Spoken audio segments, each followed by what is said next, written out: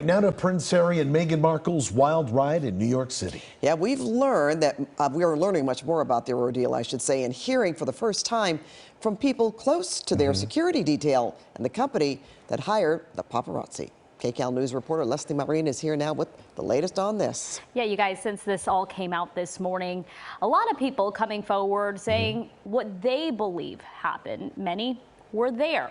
And I can tell you that they all agree on one thing, that the couple was being followed by several paparazzi, some in cars, one on a bike. And what started as a night filled with smiles and laughs will ended in the Duke and Duchess of Sussex just simply feeling and looking like they felt unsafe.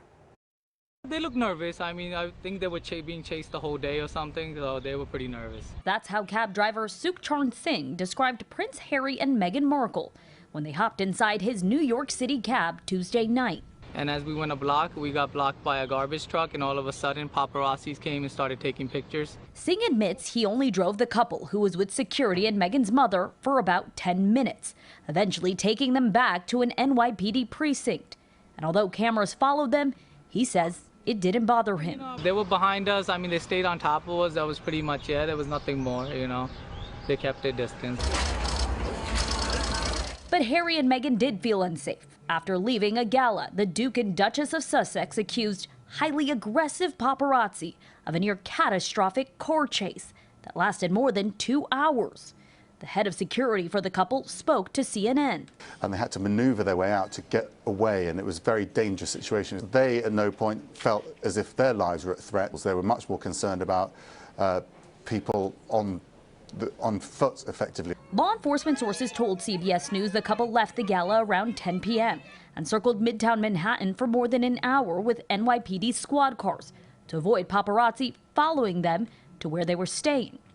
Tonight, the paparazzi company at the center of it all speaking out. Black Grid USA Inc. says they had 3 photographers in cars and 1 on a bike, in hopes of covering a dinner after the gala the couple attended. In a statement, they say Prince Harry's security escort was driving in a manner that could be perceived as reckless. And at no point do photographers think the couple was in danger. Hard to believe that there was a 2-hour high-speed chase. But New York Mayor Eric Adams called the situation reckless and irresponsible, and reminiscent of the death of Princess Diana, who died in a fatal collision in 1997. While being pursued by paparazzi in Paris. I don't think there's many of us who don't recall how his mom died, and it would be horrific to lose an innocent bystander during a chase like this.